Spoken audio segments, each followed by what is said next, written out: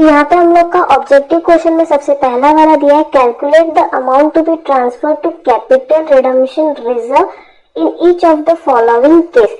हम लोग को सिर्फ इतना बताना है कि कितना पैसा हम लोग को सीआरआर में डालना है, ठीक है। तो सबसे पहले हम लोग का रेडीमेबल प्रेफरेंस शेयर जो था वो 2 लाख था। रेडीमेड पार का मतलब होता है फेस वैल्यू के ऊपर डालना, और उसके अगेंस्ट में हम लोग इश्यू ऑफ इक्विटी शेयर कर रहे हैं। तो पहला वाला रेडीमेबल प्रेफरेंस शेयर जो है वो कितना था, 2 लाख, और अगेंस्ट में हमने इक्विटी शेयर इश्यू किया कितना, 1 लाख का, यानी सीआरआर में बैलेंस कितना जाएगा, 1 लाख। डिफरेंस हम लोग का जाता है, ठीक है। ये हम लोग का पहला सॉल्व हुआ। नेक्स्ट वाला हम लोग को दिया हुआ है ₹2 lakh is to be redeem at 2.5% premium, ठीक है। तो हम लोग यहाँ पे कर देंगे 2 लाख प्लस 2.5% हमारा प्रीमियम ऐड हो जाएगा। तो कितना होगा, 2 लाख प्लस 2.5% किया तो हमारा आया 205,000, ठीक है। उसमें से हम लोग का इक्विटी शेयर हम लोग कितना इश्यू कर रहे हैं, 50,000 एट 10% प्रीमियम। तो 50,000 प्लस 10% प्रीमियम कर दिया तो कितना हो जाएगा दोस्तों, 55,000। यानी सीआरआर में बैलेंस कितना रहेगा, इसका डिफरेंस डाल देंगे, कितने का डिफरेंस आएगा, 1,50,000। तो सीआरआर में हम लोग का बैलेंस जाएगा 1,50,000, ठीक है।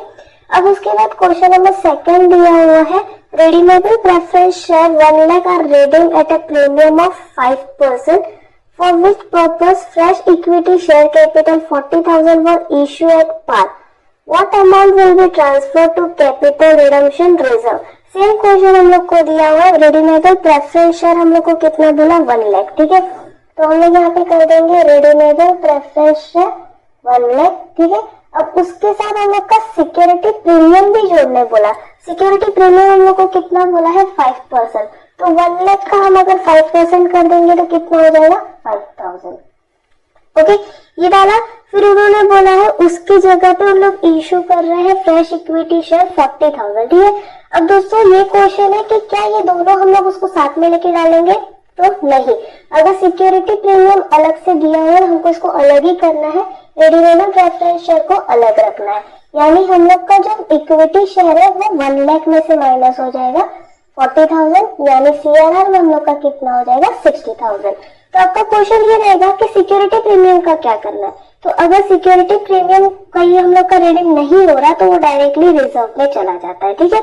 अब उसके बाद क्वेश्चन नंबर 3 दिया है, a company wants to redeem 5,006% redeemable preference share of ₹100 each paid, and for this purpose it's issue 50,000 equity share of ₹10 each. All these shares were fully subscribed and paid for. Pass necessary general entry for the redemption of preference share, ठीक है। तो हम लोग को यहाँ पे general entry पास करनी है। जनरल एंट्री हम लोग कैसे पास करेंगे, रिडम्पशन ऑफ प्रेफरेंस शेयर है तो हम लोग यहाँ पे कर देंगे 6% redeemable preference share account debited to preference share holder account, ठीक है। ये हो गया। अब 50,000 शेयर्स था, 5,000 इंटू 100 कर देंगे तो हम लोग का कितना हो जाएगा, 5 लाख शेयर, ठीक है। और उसकी जगह पे हम लोग इक्विटी शेयर इश्यू कर रहे हैं कितना, 50,000 ऑफ ₹10 ईच, ठीक है। तो वो हम लोग कर देंगे bank account debited to equity share capital account. वो भी कितना हम लोग का हो जाएगा, 5 लाख और 5 लाख। यानी कोई भी बैलेंस हम लोग का सीआरआर क्रिएट नहीं कर रहा क्योंकि वो अगेंस्ट में निकल जा रहा है, ठीक है। फिर उसके बाद क्वेश्चन नंबर 4 दिया है, the company desire to redeem 10,006% redeemable preference share of ₹100 each fully paid up and want to utilize in P&L account for the same. Profit and loss account shows a credit balance of 12 lakh. Pass the journal entry for the redemption of preference share, ठीक है। तो सबसे पहले तो हम लोग यहाँ पे कर देंगे रेडीमेबल प्रेफरेंस शेयर कितना आएगा। तो हम लोग का कितना परसेंट था, 6% था। हम लोग यहाँ पे कर देंगे 6% redeemable preference share account debited to preference share holder account, ठीक है। तो हम लोग का कितना था, 10,000 था, 10,000 इंटू 100 कर देंगे तो कितना हो जाएगा, 10 लाख और 10 लाख हो गया। अब उन्होंने बोला है कि ये बैलेंस हम लोग कहाँ से निकालना चाहते हैं, पीएनएल में से निकालना चाहते हैं।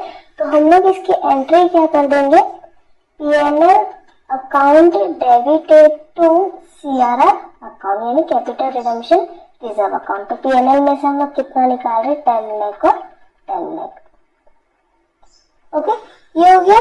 फिर उसके बाद नेक्स्ट उन्होंने बोला फिफ्थ में, a company wants to redeem 1000 12% redeemable preference share of ₹100 each ₹80 paid up, ठीक है, एट 10% प्रीमियम।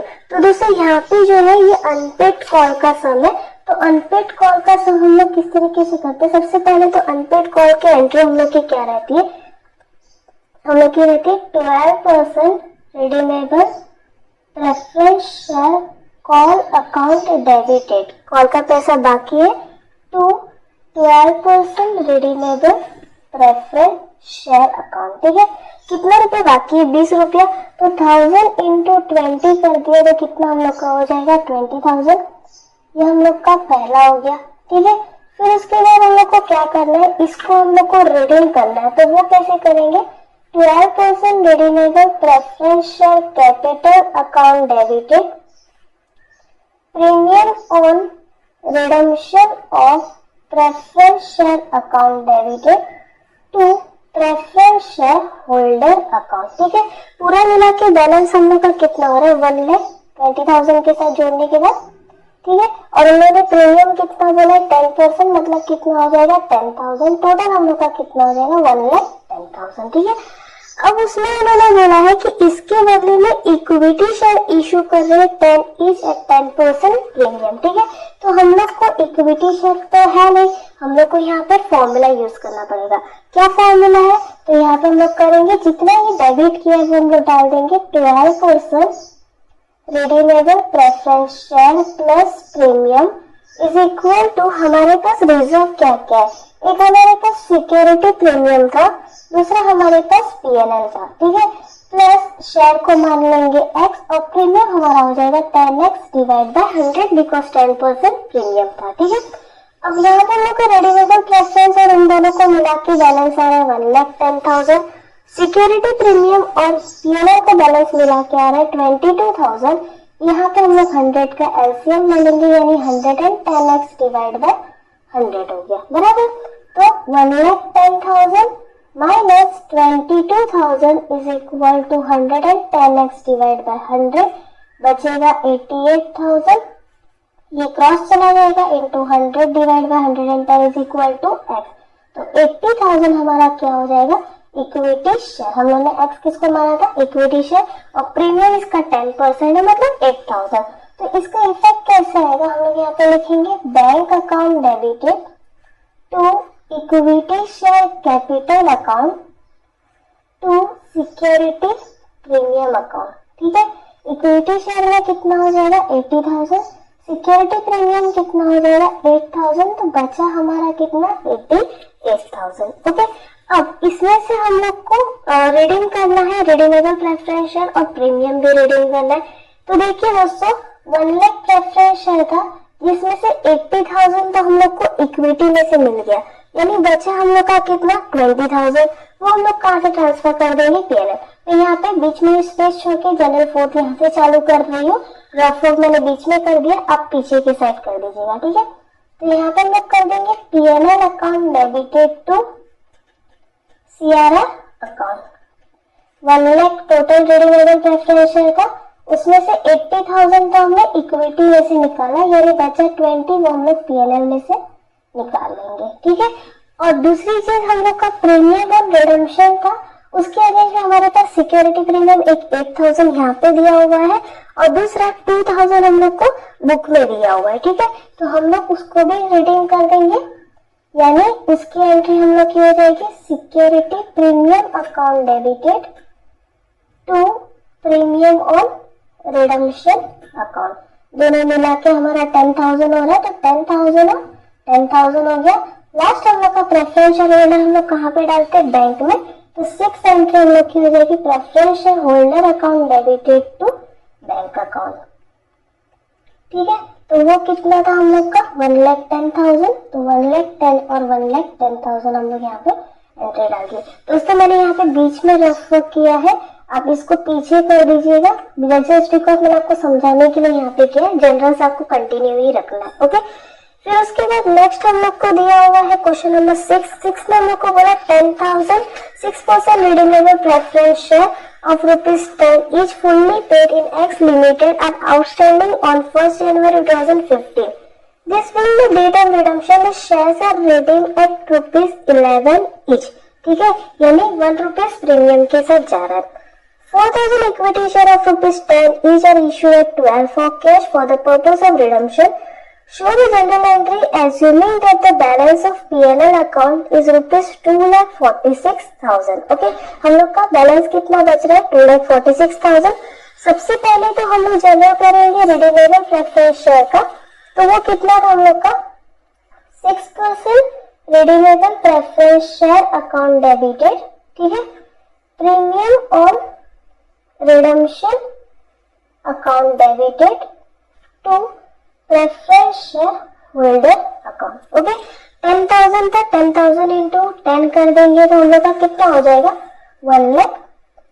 और 10,000 इंटू 1 कर देंगे तो कितना हो जाएगा? 10,000. 1 क्यों किया? क्योंकि 11 रुपए बोला था. ठीक है, तो टोटल हम लोग का कितना हो जाएगा? 1,10,000. ये हम लोग की फर्स्ट एंट्री. सेकंड, इन्होंने बोला है कि इसमें से इक्विटी शेयर इशू कर रहा है, तो वो हो जाएगा bank account debited to equity share capital to security premium भी आएगा. क्यों आएगा? क्योंकि उन्होंने बोला है कि 10 रुपए का जो शेयर था वो 2 रुपए में इशू कर रहे, 12 रुपए में इशू कर रहे, यानी 2 रुपए एक्स्ट्रा प्रीमियम हो रहा है. इक्विटी शेयर यहाँ पे 10 और यहाँ पे कितना हो जाएगा? 2. ये हो जाएगा 40,000 और ये हो जाएगा 8,000, यानी टोटल हमारा कितना हो रहा है? 48,000. ठीक है, थर्ड एंट्री हम लोग को सीआरआर क्रिएट करना है. अब दोस्तों देखो, दोनों को अलग अलग चीज करनी है. रिडीमेबल प्रेफरेंस शेयर था 1 लाख, जिसमें से इक्विटी कितना इशू हो रहा है? 40,000, यानी अभी भी हम लोग को 60,000 क्रिएट करना है. वो क्रिएट करने के लिए हमारे पास एक ही रीजन है जो कि पीएनएल. तो PNL account debited to CRR account हम लोग का कितना हो जाएगा? 1 लाख में से 40,000 को माइनस कर देना है, यानी हमारा बचेगा 60,000 और 60,000. ठीक है, और लास्ट एंट्री हम लोग की जो सिक्योरिटी प्रीमियम है, प्रीमियम ऑन रिडम्पशन था 10,000 और सिक्योरिटी प्रीमियम हम लोग के पास था 8,000, मतलब पैसे हम लोग के पास कम है. तो वो 2,000 भी हम लोग कहाँ से लेके आएंगे? पीएनएल में से लेके आएंगे. तो यहाँ पे हम लोग कर देंगे security premium account debited, PNL account debited to premium on redemption account. ठीक है, टोटल हम लोग का सिक्योरिटी प्रीमियम था 8,000, प्रीमियम ऑन रिडम्पशन था 10,000, यानी पीएनएल में से हम लोग निकालेंगे 2,000. अब लास्ट हम लोग का प्रेफरेंस शेयर होल्डर कहाँ पे डालते हैं हम लोग? बैंक में. तो वो भी हम लोग डाल देंगे preference share holder account debited to bank account. वो कितना हो जाएगा? 1,10,000 और 1,10,000. इस तरीके से ये हम लोग का सॉल्व हो गया. ओके, अब उसके बाद लास्ट हम लोग का क्वेश्चन दिया हुआ है 7th. M company limited issue 50,000 equity share of ₹10 each and 3,000 redeemable preference share of ₹100 each, all shall be called up and paid up on 31st March 2016. Preferred that P&L account show undistributed profit of ₹1,50,000 and general reserve of ₹2,20,000. ठीक है, फिर director decide to redeem the existing preference share at ₹105 utilising as much profit as will be required for the purpose. Show the entry. ठीक है, तो हम लोग को सबसे पहले तो यहाँ पे ये प्रीमियम पे इशू हो रही है, पता चला क्योंकि 100 रुपए का शेयर था 105 रुपए में बेच रहे हैं. ठीक है, तो इसकी फर्स्ट एंट्री हम लोग की कौन सा प्रेफरेंस शेयर था? 3,000 रिडीमेबल प्रेफरेंस शेयर है, तो हम लोग यहाँ पे डायरेक्टली लिख देंगे preference share account debited premium on redemption account debited to preference share holder account. ठीक है, टोटल हम लोग का शेयर्स कितना था? 3,000 इंटू 100 कर देंगे तो 3 लाख आ जाएगा, और 3,000 इंटू 5 करेंगे तो 15,000 हमारा प्रीमियम हो गया. ठीक है, और दोनों को मिला के हमारा प्रेफरेंस शेयर होल्डर जो है वो आया 3,15,000. ये हम लोग ने फर्स्ट एंट्री की. अब सेकंड के लिए उन्होंने यहाँ पे क्या बोला? हम लोग को 2 बैलेंस दिया हुआ है, एक हम लोग का जनरल रिजर्व था और दूसरा हम लोग का क्या था? पीएनएल का बैलेंस था. तो दोनों को हम लोग यूटिलाइज करेंगे रिडीमेबल प्रेफरेंस शेयर के लिए. तो हम लोग यहाँ पे कर देंगे general reserve account debited, P&L account debited to redeemable preference share account. ठीक है, जनरल रिजर्व का बैलेंस हम लोग का कितना था 2,20,000। हम लोग को कितना रीडिंग करना है 3 लाख, यानी बचेगा कितना 80,000। वो हम लोग कहाँ से निकालेंगे P&L में से। अब बचा हम लोग का प्रीमियम। प्रीमियम के लिए हमारे पास सिक्योरिटी प्रीमियम नहीं है, तो हम लोग कहाँ से यूटिलाइज करेंगे, डेफिनेटली P&L बैलेंस है, P&L से हम लोग को यूटिलाइज करना पड़ेगा। तो वो कर देंगे P&L account debited to premium on redemption account. ठीक है, वो कितना हो जाएगा 15,000 और 15,000। तो उससे आपका ये क्वेश्चन होगा कि यहाँ पे मैम इक्विटी शेयर आपने क्यों नहीं लिया, क्योंकि दोस्तों यहाँ पे इक्विटी शेयर जो है वो नया इश्यू नहीं करे, ये बैलेंस शीट वाला इक्विटी शेयर है। अगर नया इश्यू करते हैं तो हम लोग जनरल इक्विटी की करते हैं, वरना नहीं करते।